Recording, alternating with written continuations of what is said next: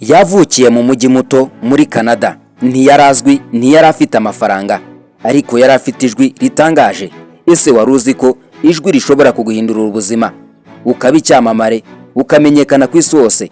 Iyi ni inkuru ya Céline Dion, umuririmbyi wabayeho mu mateka y'isi. Marie Claudette Céline Dion yavutse mu mwaka w'1968 tariki 30 z'ukwezi kwa gatatu, avukira Quebec muri Canada. Akaba yaravutse mu muryango w'abana 14 w'abanyamuziki, kuko n'ababyeyi be Thérèse ndetse na Damari Dion bari abanyamuziki, bacurangaga piano ndetse bakabikorera hamwe nk'umuryango.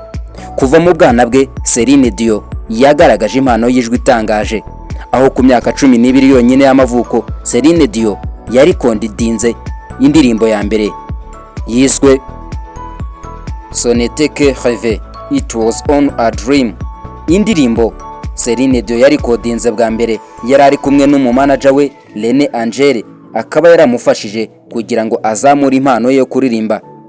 Inkuru zivuga ko byari bitangaje ubwo uyu René Angel yatangiye gukora album ya mbere ya Céline Dion. Abantu ntibabyizeraga, ndetse abantu benshi bavuga ko bidashoboka ko yasohora album iriho indirimbo zirenze imwe.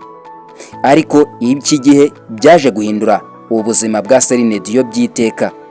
Mu mwaka w'1980 Céline Dion yabaye icyamamare muri Canada ndetse no mu Bufaransa. Yaje kuba ihangana rikomeye mu marushanwa yo kuririmba byitwaga Yamaha World Popular Song Festival mu mwaka w'1982. Céline Dion yaje kuritsinda. Ijwi rye, discipline, gukunda ibyo akora byatumye Céline Dion agera ku bintu bitangaje. Ariko inzozi ze zakomeje kubaho. Byagenze gute kugira ngo Céline Dion yisanga ari umuririmbyi w'icyongereza ndetse n'igifaransa? Mu mwaka w'1990 Céline Dion yasohoye album ya mbere yitwaga Inayzone. Iyi album yari iriho indirimbo zitangaje zatumye abicyamamare, arakundwa batangira kumumenya.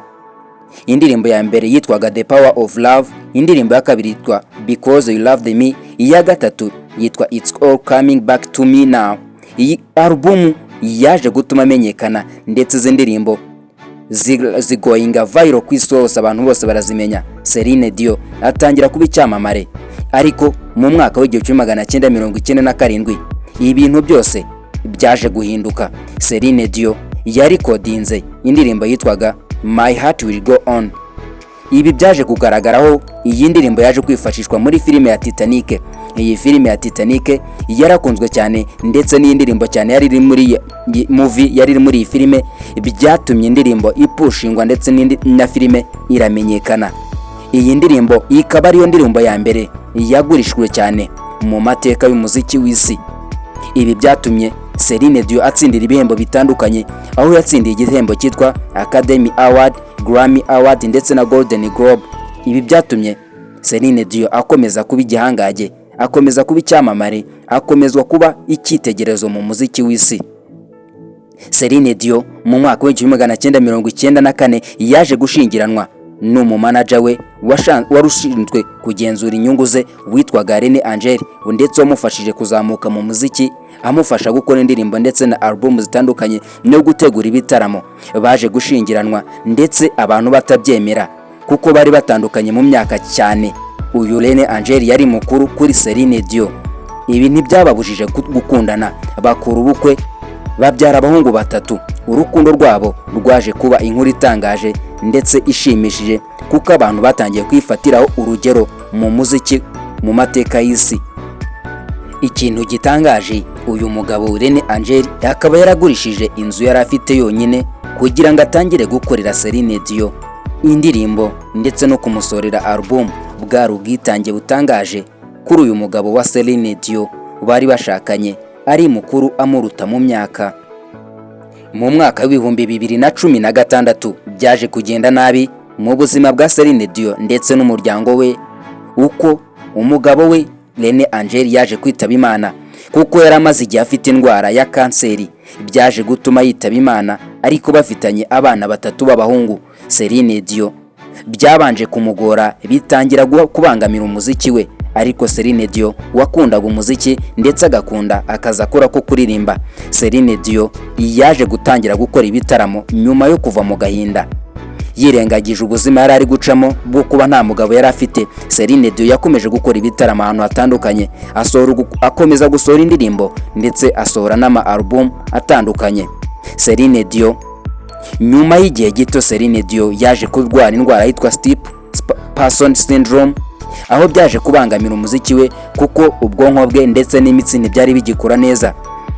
Gusa tugeze uyu munsi Céline Dion iyi ndwara akaba atangiye kugenda yikira, aho atangiye gusohora video zigaragaza ko ameze neza, ariko iyi ndwara yaramujaje kuko byatumye atongera gusohora indirimbo, ariko akajya agaragaza ko akunda umuziki ndetse agatangira kuvuga ko nyuma yo gukira azongera agasohora indirimbo.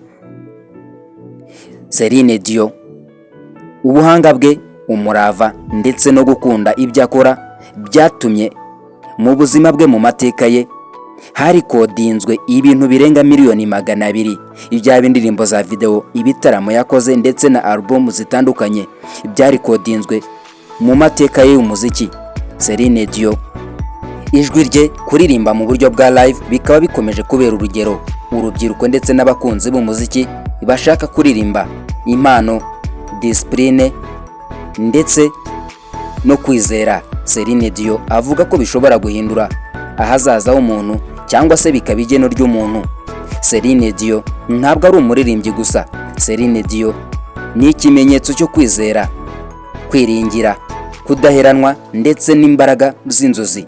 Céline Dion guturuka mu mujyi muto, Céline Dion yaje kuba ikimenyetso cy'uko buri wese ashoboye mu gukora ibitaramo bitandukanye ndetse n'indirimbo zamenyekanye cyane.